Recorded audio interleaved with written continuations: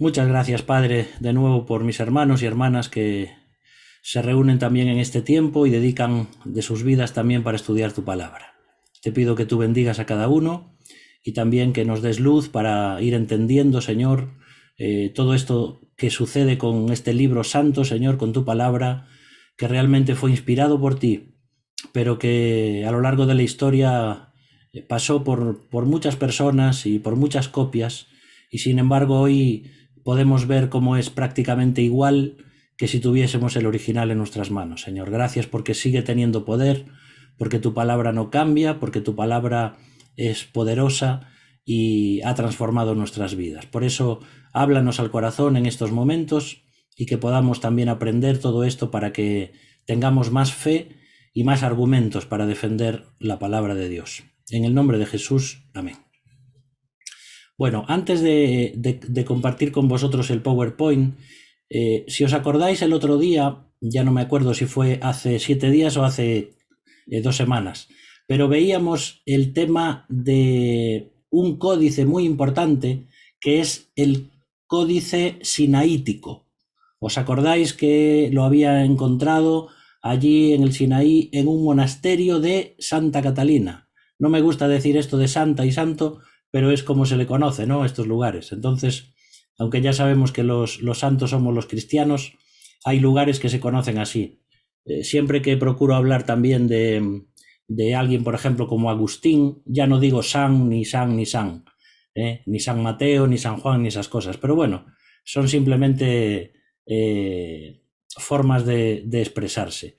Y hablábamos de ese códice que lo podemos ver por internet, es decir, muchos de esos códices antiguos que son manuscritos, tú puedes hoy entrar a la página web, tú pones, por ejemplo, codexsinaiticus.org y puedes ver ese manuscrito hoja por hoja. Por eso que hoy disponemos de un montón de cosas y de herramientas que nos pueden ayudar también en el estudio de la Biblia. Claro, para esto tenemos que saber, en este caso, griego, si no, simplemente lo vamos a ver, pero no vamos a entender nada. Entonces, yo justamente hoy, no, fue ayer, dije, voy a ver si consigo bajar de alguna forma el códice sinaítico, ¿no? Y resulta que me encontré con un programa, que os voy a enseñar ahora, que alguien hizo de todas esas páginas digitalizadas y que es como un programita que tú puedes tener en tu ordenador completamente gratuito, donde puedes estar estudiando esos mismos manuscritos.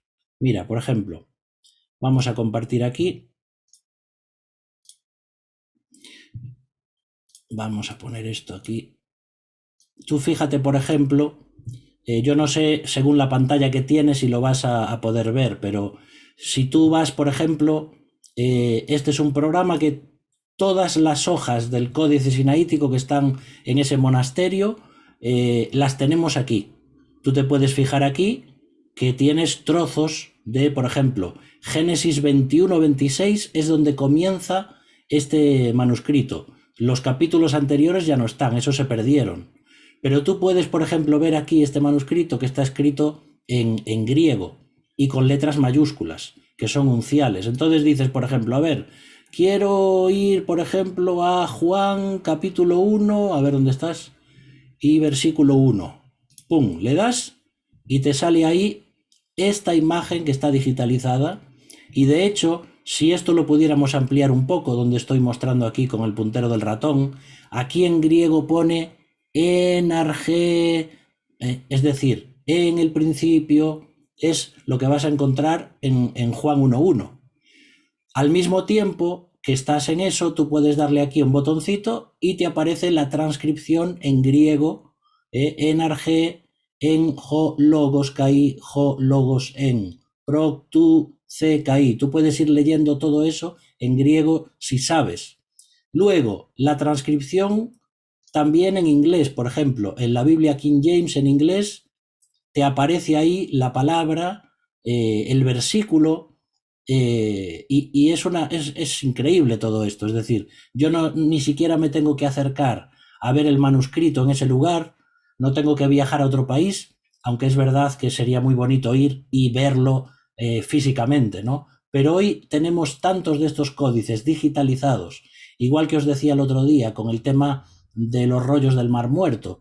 Tú puedes entrar en internet e ir directamente a ver esos rollos que se exponen allí, y aquellos que estudian, puedes estudiar la Biblia en manuscritos de hace 1500 años.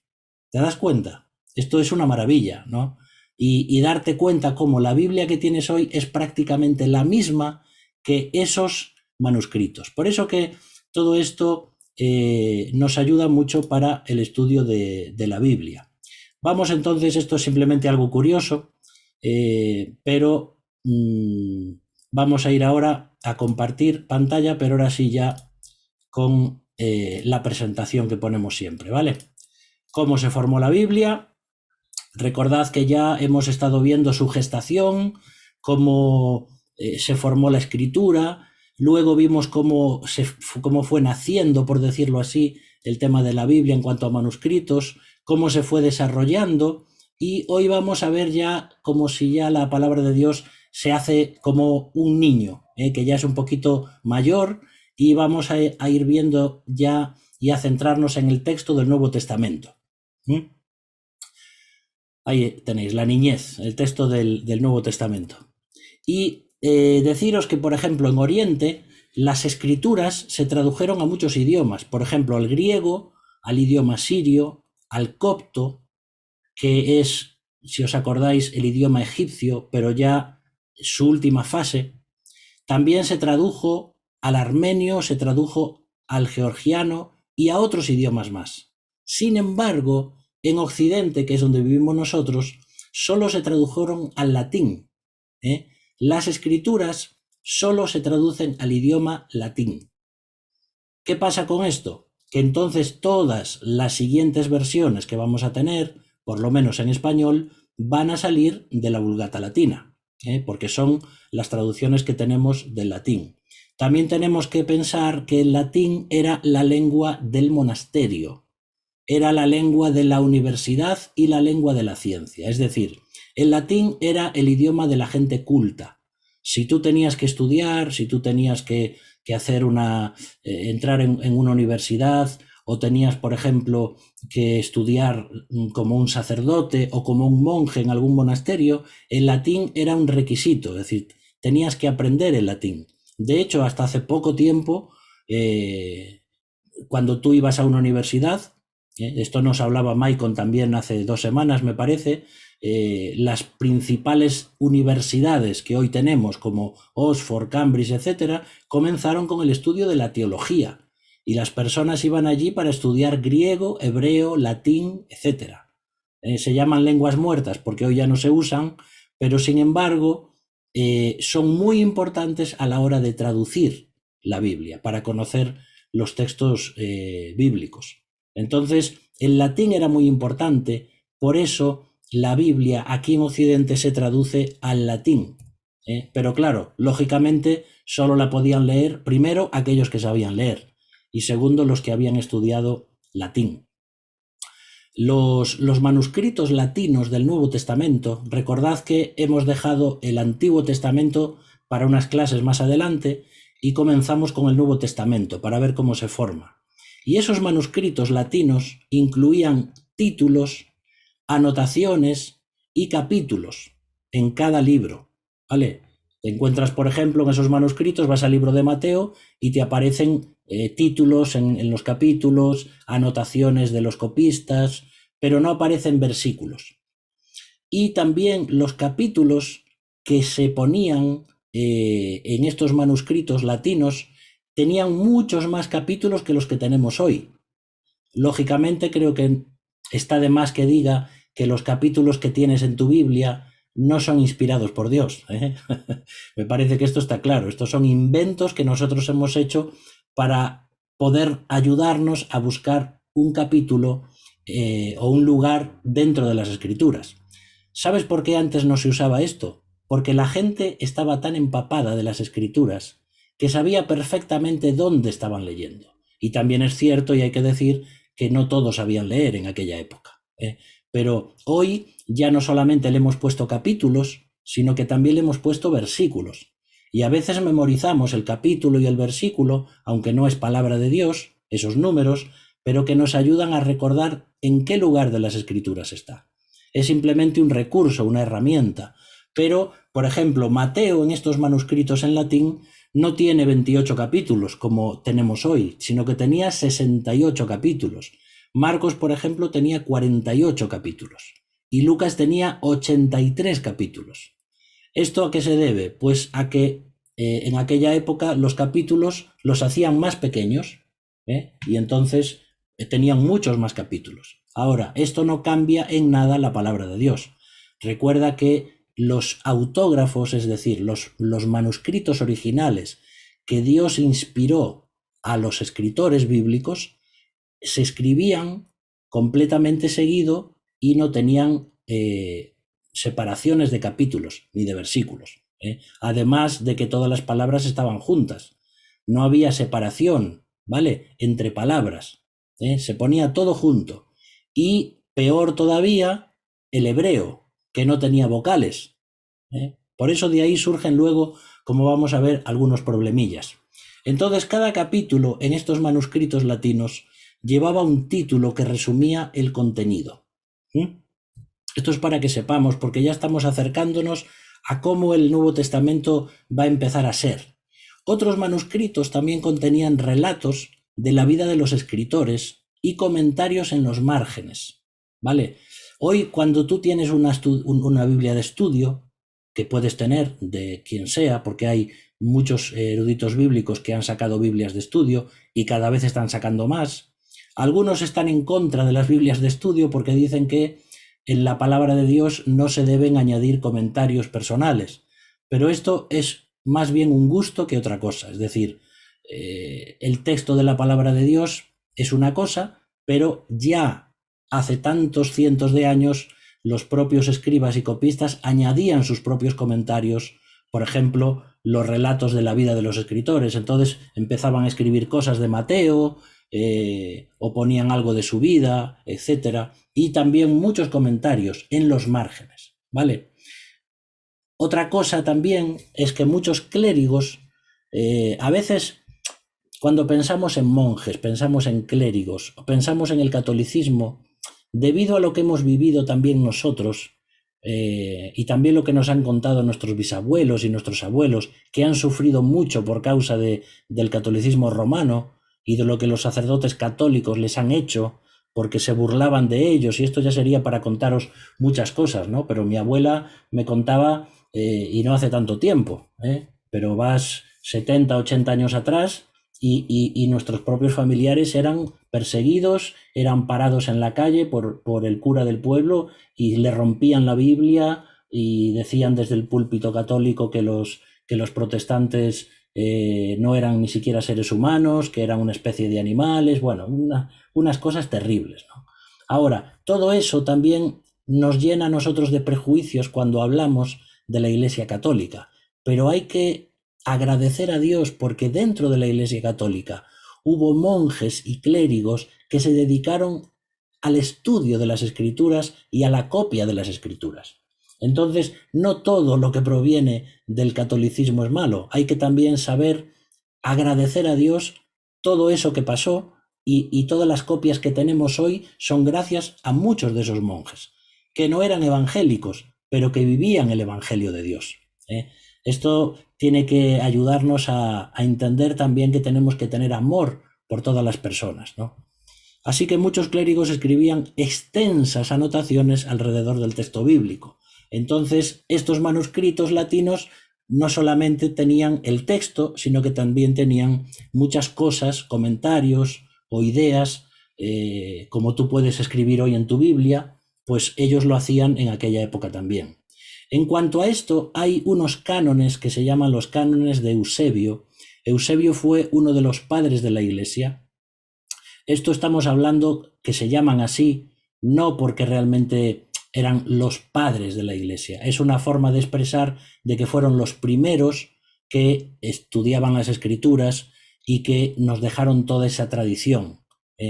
Eusebio fue un padre de la Iglesia del siglo IV y lo que él hizo fue una especie de dibujos, de cánones, como podéis ver este, que es uno de ellos, y los capítulos de los evangelios no solamente los dividían en secciones más pequeñas, sino que también eran numeradas en el margen. Es decir, como había muchas personas que no sabían leer o escribir, lo que hacían era ilustrar las Biblias para que cualquier persona que no supiese leer por lo menos pudiese entender de qué se trataba aquello. Y aquí, en los cánones de Eusebio, es como si fuera un estudio de los evangelios y se inventó como una especie de 10 cánones, de 10 dibujos para hacer una armonía de los evangelios. ¿Vale? También luego hay una cosa que se comenzó a hacer mucho y que fue los manuscritos iluminados. Esto no significa que es que tenían más luz, se refiere a que se hacían con colores. Entonces, hasta ese momento, pues se escribía con tinta negra o lo que fuese, pero ahora comienzan a decorar los evangelios o los manuscritos de formas realmente artísticas.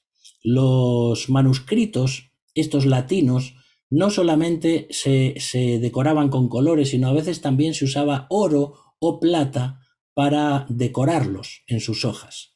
De hecho, la palabra miniatura, que hoy usamos como algo pequeño, para explicar algo pequeño, en latín, miniatura viene del latín minium, que significa pintura roja. Entonces, la miniatura en el escrito latino significaba un cuadrado pequeñito de color rojo, y de ahí con el tiempo acabó significando algo pequeño. Pero miniatura originalmente significa pintura roja. De ahí es que vas a encontrar a veces, y a veces puedes tener libros antiguos, donde encuentras que a veces la primera letra es más grande, como puedes ver en este dibujo, y a veces empieza con esa letra grande y pintada de rojo. Bueno, son florituras que se hacían en los escritos, ¿no?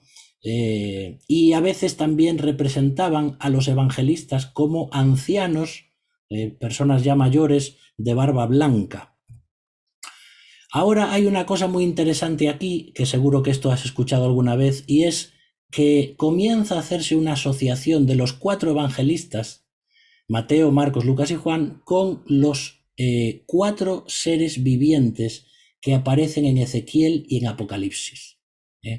Entonces se habla, por ejemplo, voy a mover este aquí, se habla, por ejemplo, si ves ahí en latín tienes Mateo, el primero que aparece ahí, y a Mateo se le representa como un hombre, a Marcos se le representa como un león, a Lucas se le representa como un buey y a Juan se le representa como un águila. Entonces, debido al estudio de todas estos patrones de las escrituras, ellos comienzan a identificar, como hacer un estudio más profundo, y empiezan a decir que esos 4 seres vivientes tenían que ver de alguna forma con los 4 evangelistas. También es verdad que si tú estudias los evangelios, ves que Mateo le escribe a un auditorio diferente, por ejemplo, al que escribe Juan. Por ejemplo, ¿por qué se presenta a Mateo como un hombre? Porque generalmente en el Evangelio según Mateo se presenta a Jesús como ¿quién? Como el Hijo del Hombre. Y por eso se presenta la genealogía de Jesús, para mostrar que Jesús no solamente era Dios, sino que era un hombre y que procedía de una genealogía, de unos padres. Entonces, esa es por qué se presenta así a Mateo. Si vas, por ejemplo, a Marcos, que ya es un evangelio que no se le escribe a los judíos como Mateo, sino que se le escribe más bien a los romanos, va a presentar a Jesús como un león, porque Jesús era esperado como el Mesías que iba a rugir contra el imperio romano para establecer su reino. Entonces presentan a Jesús como ese león de Judá.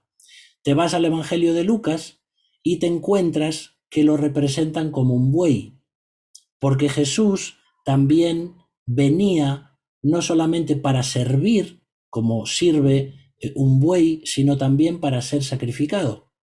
Y eso es lo que representa Lucas, que Jesús venía para dar su vida en sacrificio. Y si te vas a Juan, que es un evangelio mucho más teológico, donde se nos muestra ya desde el primer versículo, en el principio era el Verbo Cristo, y Cristo era ¿quién? Era Dios, y Él era con Dios. Es decir, te está presentando a Jesús como el Dios de los cielos, y por eso se representa a Juan como un águila, que es lo que vuela más alto. ¿Te das cuenta? Entonces, todas estas cosas son muy bonitas para estudiar, porque los evangelios no solamente se escribieron porque sí, sino que hay todo un trasfondo literario, hay un imaginario en la cultura en la cual escribieron, y hay luego ese estudio de por qué van representando a cada evangelista con estas cosas, ¿no?, que encuentran en Ezequiel y Apocalipsis. Vamos a seguir aquí. Luego encontramos también que las escrituras comienzan a producir ediciones de lujo. Hoy puedes ir y comprar una Biblia pues de tapa dura, que te va a ser una de las más baratas, pero también puedes comprarte una Biblia de estudio con piel genuina y pues a lo mejor te gastas 70, 80 euros, porque es una piel que te va a durar mucho tiempo. Entonces, en aquella época también se usaba oro o plata sobre vitela. ¿Te acuerdas lo que era la vitela? Era la piel de un nonato, de un ternerito que no había nacido y que tenía una piel muy fina, y esa piel se teñía de púrpura. Por eso ves cómo está así oscuro esta edición de lujo. Ya no es una piel amarilla o naranja de color pergamino, sino que es una piel que está teñida. Y sobre esa piel teñida, que ya de por sí era cara, también se ponían cosas de oro, de plata. Y también es verdad que los mejores manuscritos latinos se originan en Inglaterra. Resulta que Agustín y otros misioneros, ellos predicaban con ayudas visuales. En aquella época mucha gente no sabía leer. Entonces Agustín y esos misioneros que llegaron a Inglaterra, lo que hacían era, por ejemplo, con una cruz de plata y una pintura de Cristo sobre una tabla de madera, predicaban el Evangelio.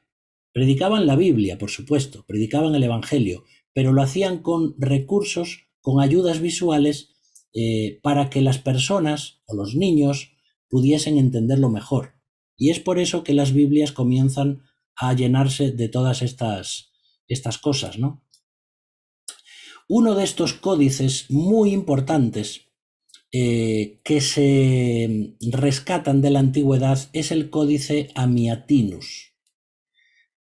Vamos a ver ahora por qué se llama así, pero esta es una copia completa de la Vulgata latina. Recordad que en el occidente, que es nuestra zona, la Biblia, el Nuevo Testamento, que estaba en griego ya de la Septuaginta, ahora se copia al latín. Y la Vulgata latina es la mejor que tenemos, que es la más cercana a los originales. De ahí comienzan a hacerse copias, y este códice Amiatinus es el mejor manuscrito que tenemos en cuanto a esa copia de la Vulgata. Resulta que un monje llamado Benito Biscop traía Biblias de Italia y las iba dejando en los monasterios.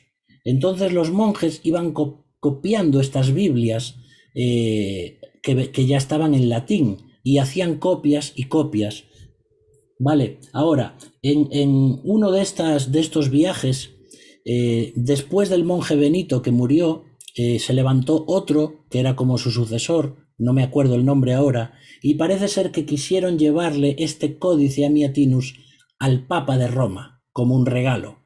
Pero algo sucedió en el viaje y no se sabe si llegó o no llegó. Lo que sí se sabe es que la copia Amiatinus perteneció durante siglos al monasterio del Monte Amiata, que esto es en la Toscana italiana.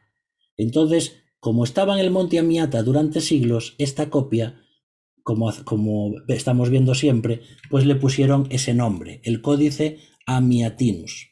Fíjate que este códice, esta es una foto real del códice, pesa 37 kilos. Parece poca cosa decirlo así, pero 37 kilos es una barbaridad para un libro. Ya solo para levantarlo una persona y moverlo de un sitio a otro cuesta. Claro, son 1040 hojas. Las hojas con esa calidad y cargadas de estas decoraciones y todas estas cosas, es tremendo, ¿no? Este códice. Y hoy está en la Biblioteca Laurentina de Florencia, ¿vale? Un códice importante. Fíjate cómo es. Mira cómo es el interior. Te das cuenta cómo está teñido de púrpura y cómo sobre esa púrpura está escritas en letras de oro todo lo que es en latín. De hecho, a lo mejor puedes leer ahí algunas cosas, ¿no? Testamentum septunario número no sé qué. Bueno, latín. Ahora, de ese pasamos a otro manuscrito importante también, que son los Evangelios Lindisfarne. Esto, aunque suena así muy raro, tiene que ver con que Patricio lleva el Evangelio a Irlanda y los monjes comienzan allí a hacer diseños ornamentales. Claro, lo mejor que tenemos de los monjes es... Ahora me viene a la cabeza que estoy hablando a personas que no son de España, pero los mejores licores los produjeron los monjes. Y las mejores, digamos, cosas dulces de repostería las producían las monjas.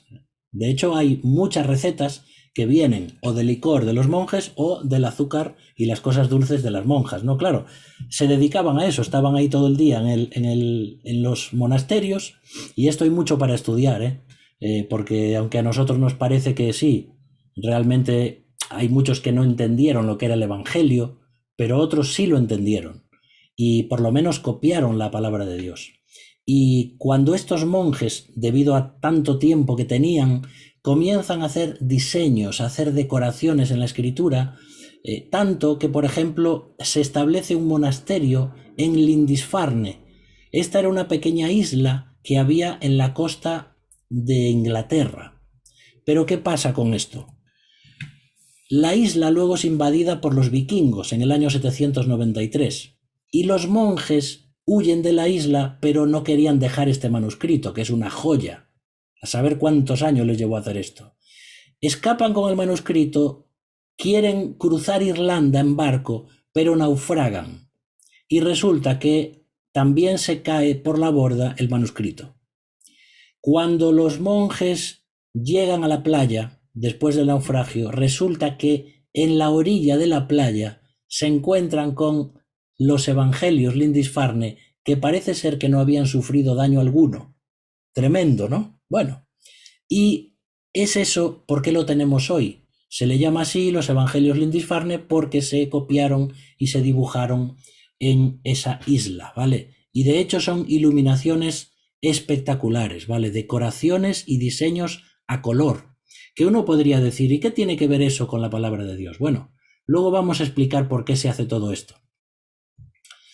Y, por ejemplo, en esta hoja que tienes aquí, hay solamente más de 10.000 puntos rojos.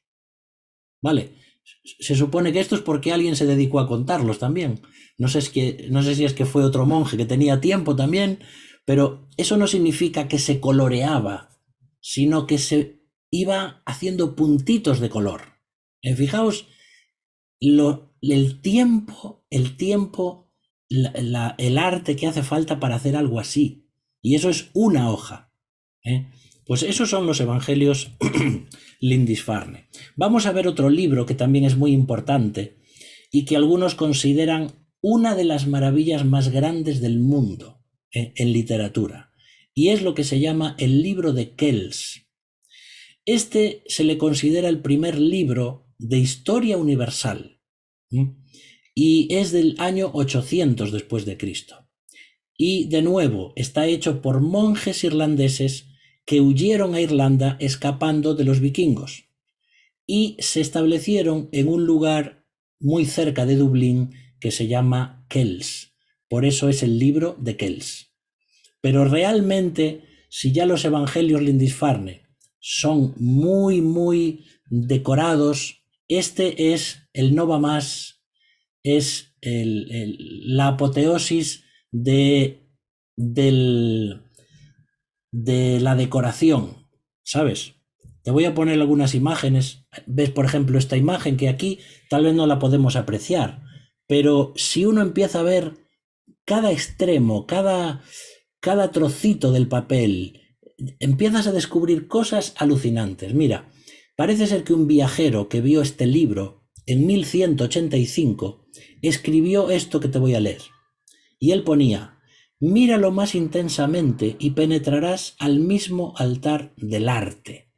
Llegarás a descubrir complejidades tan delicadas y sutiles, tan exactas y compactas, tan llenas de nudos y enlaces, con colores tan frescos y vívidos, que uno podría decir que todo esto fue la obra de un ángel y no la de un hombre. Porque realmente al que le gusta el arte, y estamos hablando solamente de los dibujos que se estaban haciendo. Este libro de Kells, fíjate aquí otro diseño más de otra hoja, porque estos se hacían también con compás. Todos esos círculos que hacían no eran hechos a mano, pero se valían de herramientas como los compases, ¿no? Para hacer círculos más grandes y más pequeños. Y esto hoy en día permanece en la biblioteca del Trinity College, en Dublín. Está ahí desde el siglo XVII. Y el libro de Kells tiene 680 páginas y se les ha dividido en 4 volúmenes. Debido a la complejidad de esta obra, tuvo seguramente que ser ejecutada por un grupo de escribas, maestros y artistas. Veis que a veces también hay personas que a veces, no vamos a decir que es el caso, pero se puede idolatrar tanto un manuscrito que al final se acaba uno más fijando en los dibujos que en la palabra de Dios. Pero esto ya depende del corazón de cada uno. Ahora, ¿por qué, ¿por qué esta gran decoración? Porque no podríamos pensar, bueno, si yo fuera monje, lo que haría sería copiar, dedicar mis horas a hacer más copias de la Biblia y a dejar esto que al final son dibujos y no son dibujos inspirados por el Espíritu Santo. Pero mira, hay 3 cosas de por qué se decoraban estos evangelios así, o estos manuscritos latinos. Primero, porque eran ayudas visuales, ya que no había capítulos. Entonces, casi al ver la hoja, ya estás sabiendo que es Mateo, por ejemplo. Luego ves otra hoja y ya sabes que allí se está dibujando algo, entonces ya sabes de qué trata aquello. Entonces eran ilustraciones también para las personas que no podían leer. Entonces podían ver el Evangelio con dibujos sin tener que leerlos. Y luego también se hacía como una honra a la palabra de Dios. Es decir, ellos creían en aquella época que la palabra de Dios, que era inspirada, no podía escribirse como cualquier libro, sino que tenía que ser decorada con la majestuosidad más grande que pudieras hacer. Y esto pasa también con las catedrales. Hoy en día, por ejemplo, que tenemos muchos más herramientas y más cosas como para hacer catedrales, uno se pregunta por qué ya no se hacen catedrales. Y es que en aquella época, hace siglos, hacer una catedral, el propósito era para mostrar la grandeza de Dios y la grandeza de su majestuosidad. Entonces, fuese quien fuese el grupo religioso, hay muchos, por supuesto, que pertenecen al ámbito católico romano, pero el propósito de esas catedrales era mostrar el poder de Dios. No solo como a veces pensamos que era para mostrar el poder de Roma. En este caso se hacían para decirle a todos lo grande que era Dios. Y esto es algo que nosotros tenemos que aprender también, ¿no? Es decir, es verdad que yo hoy no necesito una iglesia evangélica, hablamos de un local donde tenga que tener todo lleno de oro y tal, como para decir qué importante es mi Dios, porque la iglesia realmente somos tú y yo, ¿eh? Pero también tiene que ser una honra y tener un local digno y bien cuidado y de dar nuestros recursos para que ese lugar sea también algo que donde la gente pueda glorificar a Dios. Me acuerdo hace ya bastantes años que visité una iglesia que estaba comenzando en una provincia aquí en España, no voy a decir qué provincia, pero esta iglesia que también recibía ofrendas de Estados Unidos, yo no recuerdo ahora la cifra, pero la puerta que se hizo para ese local, porque era el bajo de un edificio, la puerta del local que iba a ser la iglesia, costó una barbaridad de miles y miles de euros. Yo no sé si fueron 60.000 euros o no sé. Sé que era una barbaridad. Que uno diría, yo no me habría gastado eso para poner la puerta a la iglesia, porque no parecía la puerta de una iglesia, parecía, no sé, algo artístico que no se sabía que había allí detrás, ¿no? Y ellos decían que eso lo hacían porque querían honrar a Dios y querían demostrar lo importante que es Dios. Bueno, son cosas interesantes que nos pueden hacer pensar a nosotros también cómo honramos a Dios con lo que tenemos, ¿no? Entonces, los manuscritos originales, que como sabes están perdidos, por si no te has dado cuenta todavía, no existen los manuscritos originales, esos eran los únicos que no contienen errores, ¿vale? Mi Biblia contiene errores, la tuya también, y muchos de estos manuscritos también.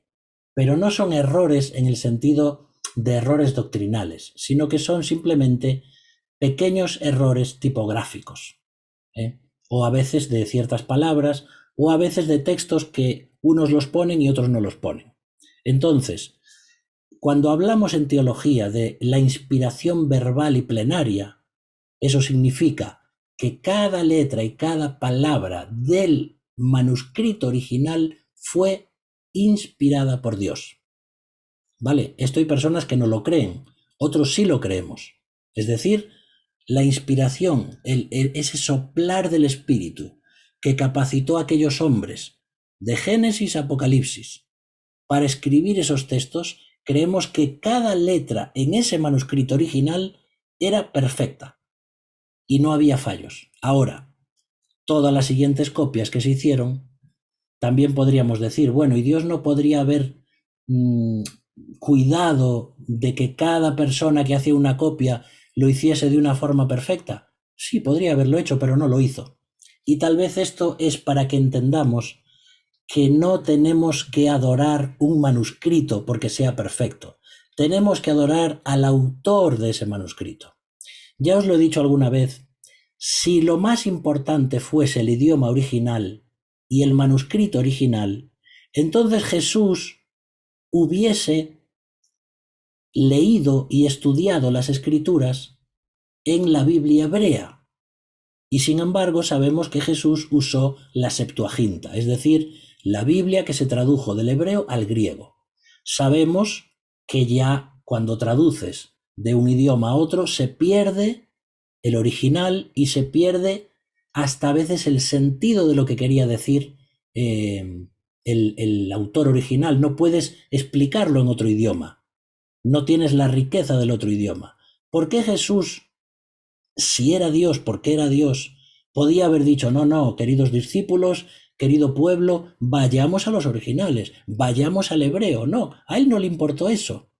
Entonces, eso que ya os lo dije alguna vez, nos hace ver a nosotros que no importa el tema de que si el original, de que si no es más, digamos, sacrosanto el original. Hoy sabemos que la Biblia que tenemos, aunque tiene errores pequeños, es lo mismo que te quería decir el autor original. Por eso no pasa nada. Y tampoco, también esto nos tiene que hacer pensar en las versiones que tenemos, aunque esto va a ser algo que veremos más adelante. No importa si tienes la Reina Valera 60, o la Biblia de las Américas, o la Nueva Versión Internacional, o la Biblia en lenguaje sencillo, que está escrita más bien para niños y que resulta que estas Biblias sencillas en lenguaje para niños, al final las edades que más compraron esa Biblia fueron las personas mayores, porque la entienden mucho mejor. ¿De qué se trata al final, queridos hermanos, el estudio de la Biblia? De entenderla, queridos. ¿De qué me sirve a mí tener una Biblia lo más cercana posible al original si no la entiendo? Y esto pasa hoy, por ejemplo, con la Reina Valera 60, que es aún la que uso yo y la que usamos muchos, justamente porque memorizamos de niños en esa Biblia y nos cuesta pasarnos a otra Biblia, porque ya nos lo tenemos todo memorizado, ¿eh? Ahora, esa Biblia, para las personas nuevas que quieres que conozcan a Cristo, les es un idioma un tanto anticuado, porque ellos ya no hablan de esa forma, y nosotros tampoco hablamos de esa forma. Entonces, si tú quieres darle una nueva versión internacional, una Biblia Dios habla hoy, que a lo mejor dices, no, pero esa no me gusta, la otra no, porque aquello me dijeron que no sé qué, y dijeron, olvídate. Detrás de cada versión, detrás de cada traducción bíblica, hay un equipo de grandes profesionales que saben muchísimo más que nosotros y que hacen una Biblia digna como si fuese la original. Lo importante es que se entienda, ¿vale? También hay que decir que no es lo mismo hacer un estudio bíblico, los que somos pastores o estudiamos teología, si tú quieres estudiar la Biblia, digamos de una forma más a conciencia, vas a elegir ciertas versiones más cercanas al original, pero necesitamos todas para entenderlo, ¿vale? Bueno, no me voy a parar con esto, si no, se nos va el tiempo. Entonces, la imprenta, con el nacimiento de la imprenta, se multiplican mucho los errores, más que las copias a mano, porque la imprenta tiene una serie de tipos que, cuando no funcionan bien, salen fallos. Entonces, la primera Biblia, que fue la Biblia King James, o la del Rey Santiago, que se llama, fue la primera versión que se hizo en inglés, traducida de la Vulgata Latina, al inglés. Contenía más de 400 errores, que luego, a los 2 años, en la siguiente edición se corrigieron. Pero es normal, tanto en los copistas, a mano, como en la imprenta, que se produzcan errores, porque son errores humanos. No hay una mano que copie ni un ojo perfectos, que a nadie se le escape lo que está escribiendo. Recuerda, eso solamente sucedió en el original, pero no en todas las copias que se realizaron después. Entonces, ¿qué pasa? Los errores se fueron copiando y se mezclaron con el texto de la escritura, porque a veces los copistas ya no sabían diferenciar si la anotación que se le había puesto al lado había sido hecho por otro copista o era también algo del texto original, y entonces empiezan a mezclar una serie de cosas ahí. Mira, por cierto, para ver alguna cosa un poco simpática, te voy a poner algunas cosas aquí, porque a veces no es necesario que el texto sea perfecto para que sea legible y para que sea inteligible. Es decir, tú puedes leer este texto y no tiene por qué estar escrito perfectamente para entenderlo. Tú puedes leer ahí perfectamente, me parece. Este es un claro ejemplo de que no necesitas tener un texto presentado de forma excelente para comprender lo que lees. Como te habrás dado cuenta, en este momento, este artículo está escrito de forma que se muestra solo parte de las letras o las palabras. Aún así estás entendiendo prácticamente todo, y si además estás leyendo rápidamente, te resultará más fácil comprenderlo. Bueno, imagínate que algo así podían ser esos manuscritos con errores. En estos errores de esto que acabas de leer, ¿cambia en algo el significado de lo que te quiere decir? Absolutamente para nada. Nada. Lo comprendes todo perfectamente. Pues algo así es lo que pasa con la palabra de Dios. No es necesario que el copista hiciese exactamente todo perfecto para que para que el significado se pueda entender. Te voy a poner uno un poquito más complicado. Mira este. Intenta leer esto y vas a ver cómo puedes. Según un estudio de una universidad inglesa, no importa el orden en el que las letras estén escritas. La única cosa importante es que la primera y la última letra estén escritas en la posición correcta. El resto pueden estar totalmente mal y aún podrás leerlo sin problemas. Esto es porque no leemos cada letra en sí misma, pero sí la palabra como un todo. ¿No te parece algo increíble?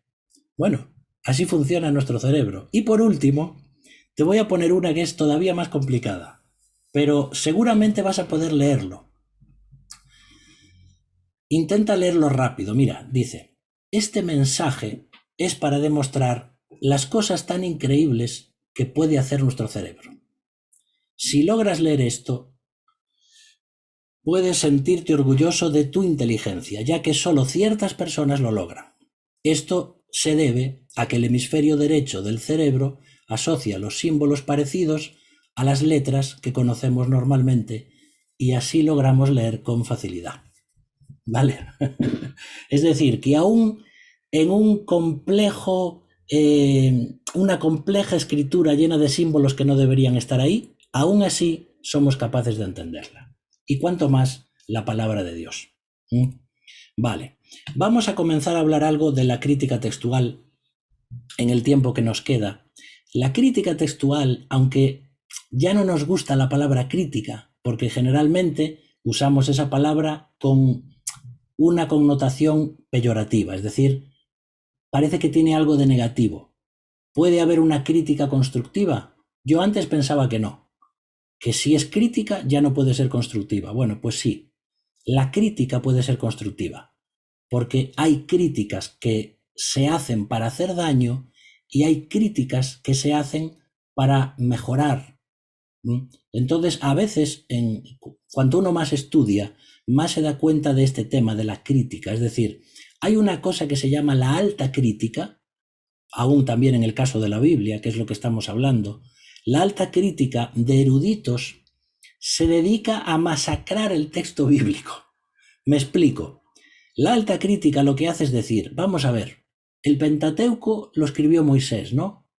Vale, ¿y por qué lo escribió Moisés? Vamos a ver. Y entonces empiezan a investigar y algunos llegan a decir, no, eso de que lo investigó Moisés, eso no nos cuadra. Y entonces la alta crítica llega a decir cosas a veces, porque a veces son creyentes y a veces no, que echan por tierra prácticamente los fundamentos de la palabra de Dios. Ya te desmontan y ya no sabes si creerles o no.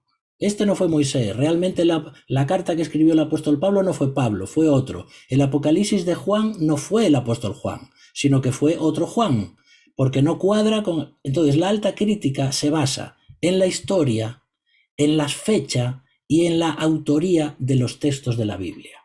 Pero eso no es lo que hace la crítica textual.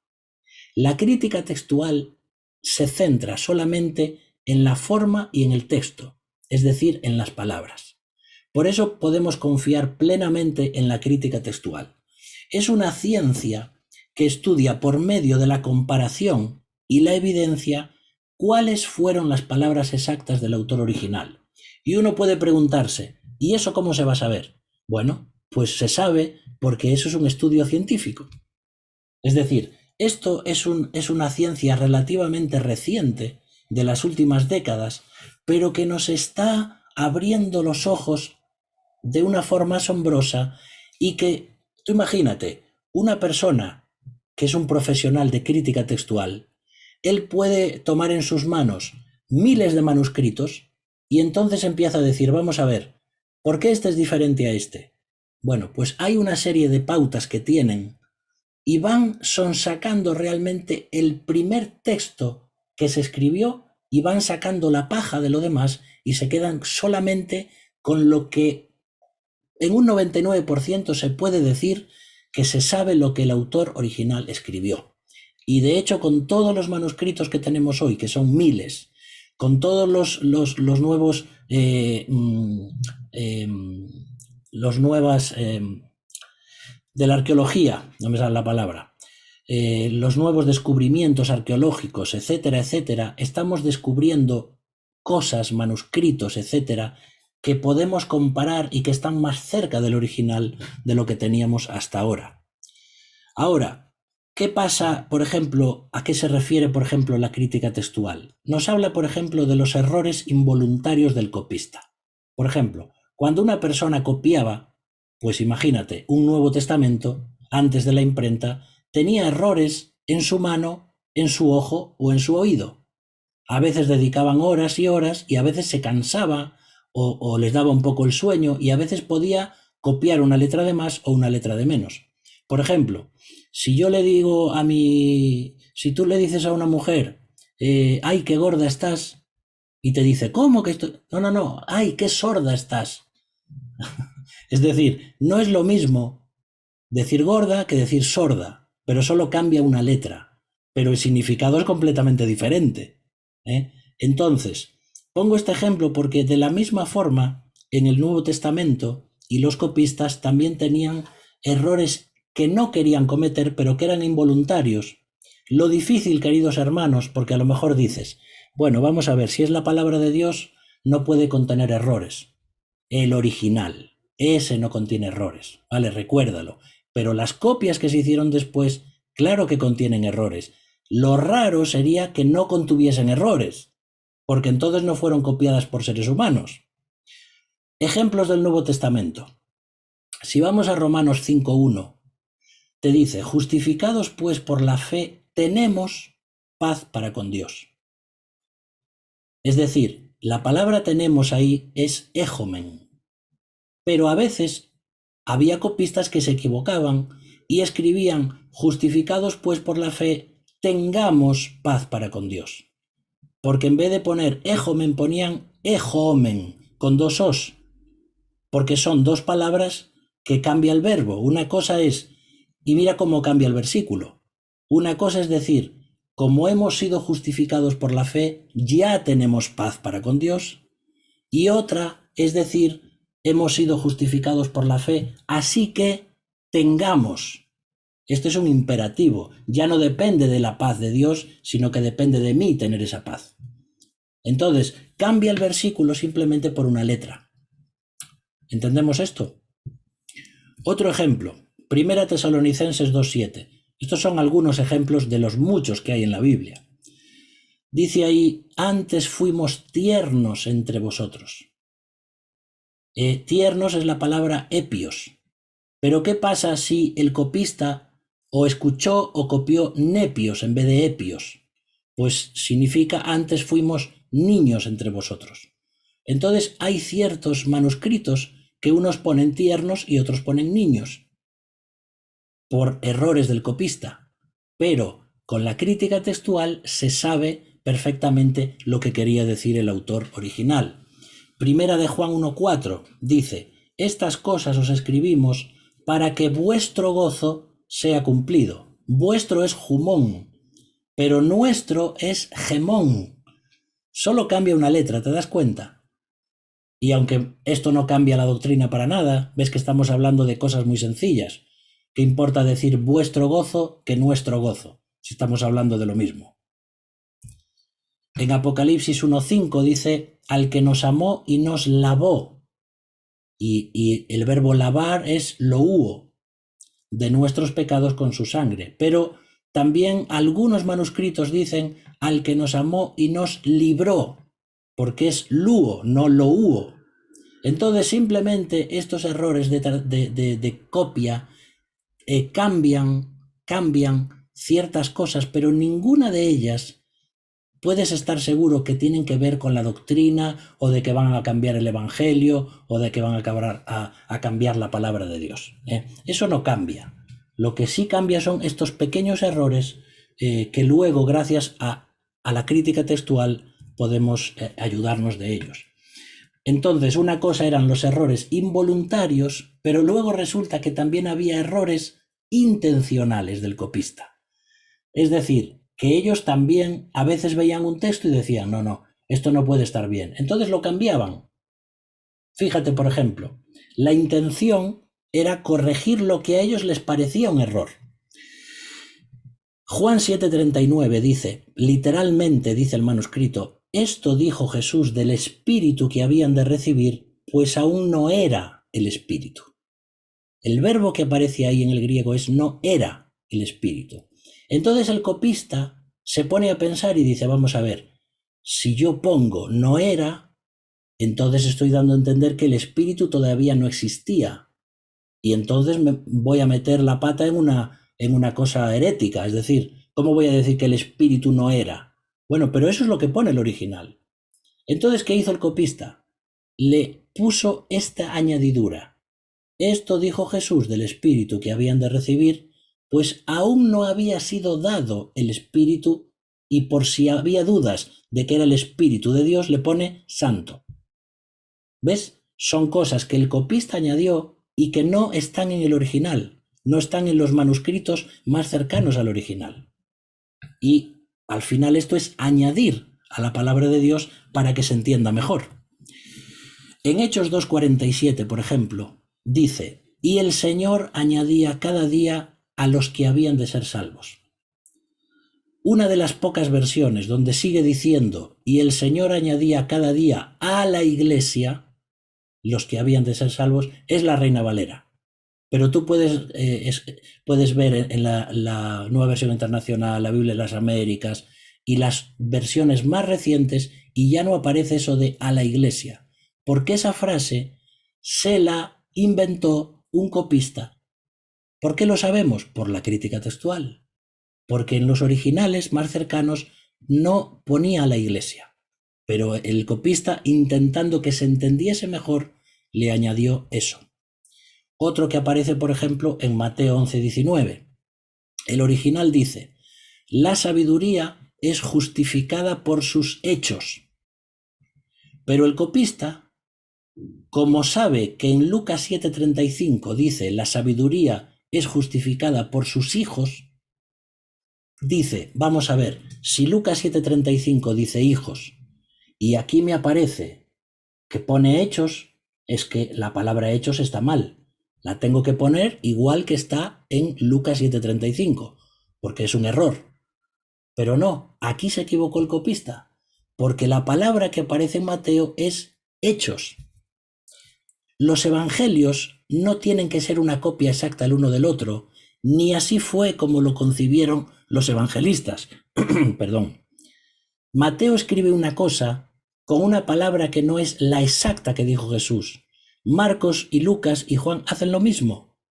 Entonces, a veces, para que todo fuese mucho más perfecto, el copista quería mantener la misma palabra en el otro evangelio, pero esa no era la palabra que salía ahí.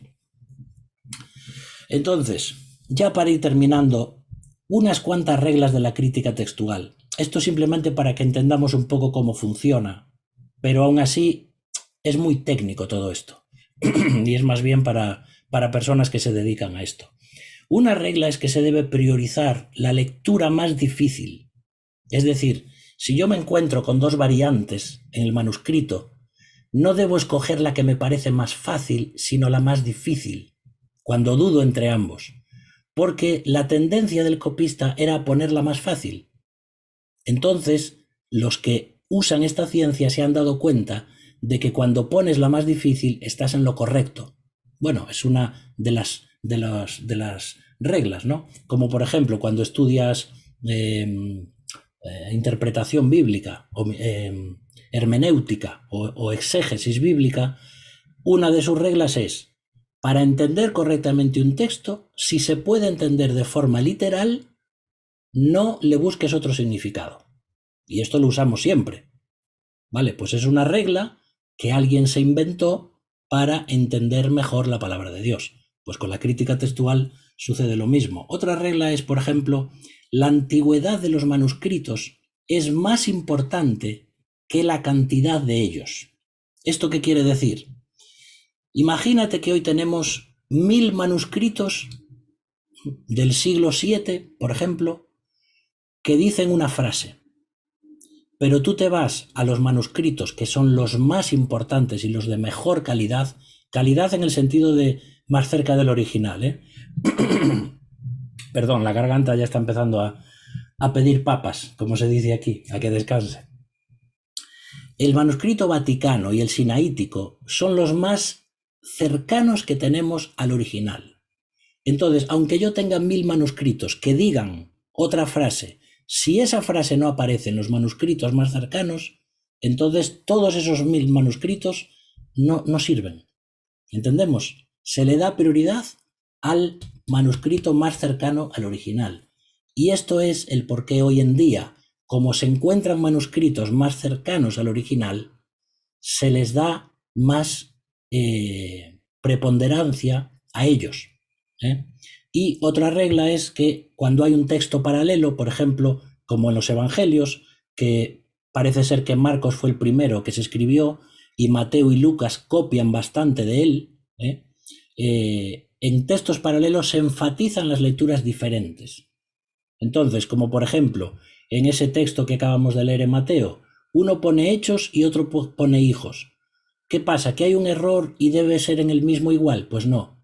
La experiencia les dice a estos críticos, a estos científicos, que deben poner la otra palabra. Bueno, son simplemente cosas para que nosotros podamos saber. También recuerda algo importante. Una cosa es la diferencia. Mira qué bien. Mi esposa viene aquí con un vaso de agua. Dije yo, ¿quién se atreve a entrar en el lugar santísimo mientras estoy predicando? Gracias.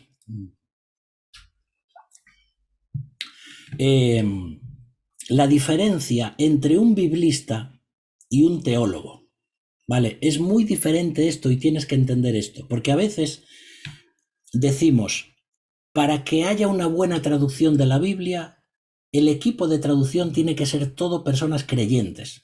Oye, yo también me gustaría que fuera así, pero a veces no siempre es así. Lo importante es que el profesional sea un buen profesional de lo que hace.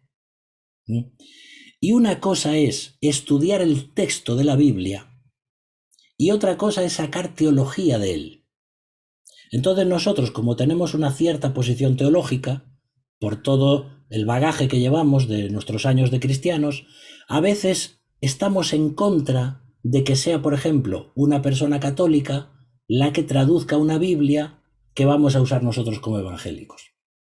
Pero es que ese biblista que no tiene que ver nada con la teología y que no está haciendo teología del texto, lo único que están estudiando es las palabras, la forma de las palabras y haciendo crítica textual.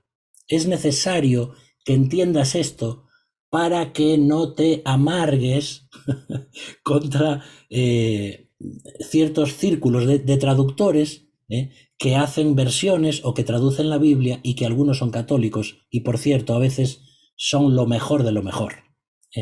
Porque si uno quiere estudiar, por ejemplo, las lenguas bíblicas, lo mejor que puedes hacer es irte a la facultad de Salamanca, donde tienes a los mejores profesores de Biblia del mundo. Universidad Católica. Pero no tiene nada que ver. Por eso quiero que hagas esta diferencia. Una cosa es un biblista, es decir, yo me dedico a investigar el texto para ver qué dice el texto, y otra cosa es un teólogo, es decir, un pastor o una persona que quiere de ese texto hacer una teología y una doctrina. Parece que es lo mismo, pero no es lo mismo el texto que la teología que se saca del texto. ¿Sí? Entonces, esto es bueno que lo podamos aprender. Y por último, ya leeros simplemente aquí unos versículos, ya llevamos una hora, y mira lo que dice aquí Pablo en 2 Corintios 3 y en varios versículos, versículos 2 y 3, 6 y 17 y 18. Dice, nuestras cartas sois vosotros, escritas en nuestros corazones, conocidas y leídas por todos los hombres, siendo manifiesto que sois carta de Cristo expedida por nosotros, escrita no con tinta, sino con el Espíritu del Dios vivo, no en tablas de piedra, sino en tablas de carne del corazón, el cual asimismo nos hizo ministros competentes de un nuevo pacto, no de la letra, sino del Espíritu, porque la letra mata, mas el Espíritu vivifica. Porque el Señor es el Espíritu, y donde está el Espíritu del Señor, allí hay libertad. Por tanto, nosotros todos, mirando a cara descubierta, como en un espejo la gloria del Señor, somos transformados de gloria en gloria en la misma imagen, como por el Espíritu del Señor. ¿Por qué pongo estos textos? Porque a veces defendemos a muerte una versión, unas palabras, y no es eso lo que transforma la vida. Lo que transforma la vida es Dios. Lo que transforma la vida es el Espíritu de Dios, que usa su palabra. Pero, ¿por qué una persona puede convertirse al Señor leyendo la Biblia de las Américas? ¿Por qué otro puede convertirse leyendo la Reina Valera 60?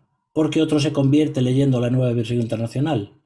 ¿Y por qué un esquimal se puede convertir al Señor cuando en sus Biblias dice: he aquí la foca de Dios que quita el pecado del mundo?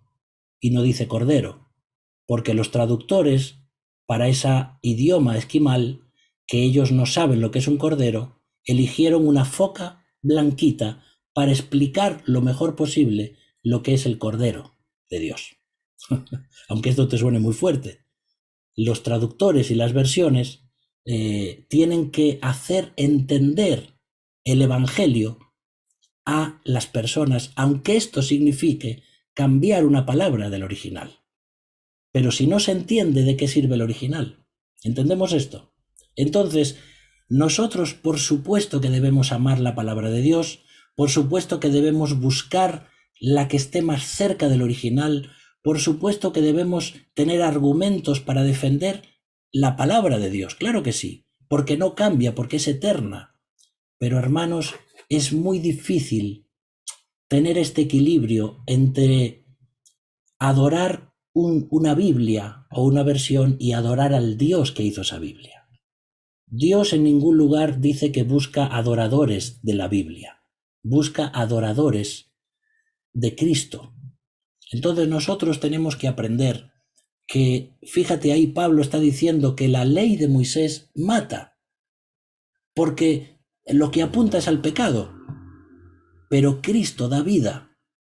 Entonces, a veces esto, haciendo una aplicación también para nosotros, a veces podemos, queriendo defender una versión o queriendo defender unas palabras exactas que creemos que son la palabra de Dios, podemos enfrentarnos entre nosotros o aún atrevernos a decir a otro: si tú usas esa versión, o si vas a esa iglesia, o si haces esto así, entonces no puedes ser creyente. Que Dios nos libre de semejantes barbaridades, porque es el Espíritu de Dios quien transforma las vidas. Y por eso os dejo estos versículos y me gustaría que dedicaseis un tiempo en casa a leerlos y a estudiarlos. La letra, los manuscritos, si solo nos quedamos en eso, nos matan, nos hacen daño, nos separan. Lo que tenemos que tener claro es el sentido. ¿Por qué se escribió la Biblia? ¿A quién apunta la Biblia? ¿Acaso no es Cristo a quien todo apunta? ¿Acaso no son todos los tipos del Antiguo Testamento a quién apuntan? A Cristo, aquel que iba a venir a este mundo para morir por nosotros. A mí me salva Cristo, no me salva un libro. Aunque por supuesto la Biblia es la palabra de Dios. Pero ahí es donde debemos ser sabios. Sobre todo porque necesitamos todas las versiones bíblicas. Bueno, ya no voy a seguir adelante con esto porque hemos de ver más de este tema en las próximas clases, pero ves cómo ya estamos comenzando a ver cómo el Nuevo Testamento cada vez está más cerca de nosotros, y en la próxima clase veremos algo en cuanto a las versiones y algunas cosas interesantes. Muy bien, vamos entonces a dejarlo aquí, porque mi garganta ya no da para más. Bueno, gracias de nuevo a todos por estar ahí y por aprender juntos. Y ya os digo, no tenéis que estar de acuerdo con todo lo que digo. Yo también estoy aprendiendo. Y por lo que leo y por lo que estudio y por lo que Dios me da la luz para aprender, pues en eso estamos. Pero no todo lo que yo digo es correcto, pero sí todo lo que la Biblia dice es correcto. Pero sí que tenemos que tener también esta sabiduría, ¿no? Para amar la palabra de Dios, pero amar sobre todo más al Dios de la palabra. Así que vamos a orar y luego ya os quito la mordaza. Gracias, Padre, por tu palabra, Señor, porque es asombroso y apasionante estudiar cómo algo que tú has hecho de una forma perfecta, aún pasando por las manos de hombres, no ha perdido su poder. Y da igual las Biblias que tenemos y las versiones que tenemos, porque tu Espíritu Santo sigue hablándonos de una forma poderosa a través de este Evangelio de Jesús.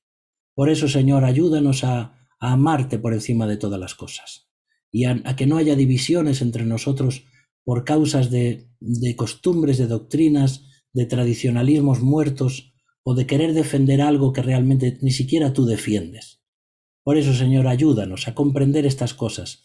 Abre nuestra mente, pero dentro de los parámetros bíblicos, para que podamos buscarte, para que podamos defender tu palabra y tus escrituras, para que no seamos liberales, sino para que seamos personas fundamentales en el sentido de defender la verdad, pero al mismo tiempo equilibradas, con sabiduría y con amor por aquellos que nos rodean. Gracias, Señor. Oramos en el nombre de Jesús. Amén.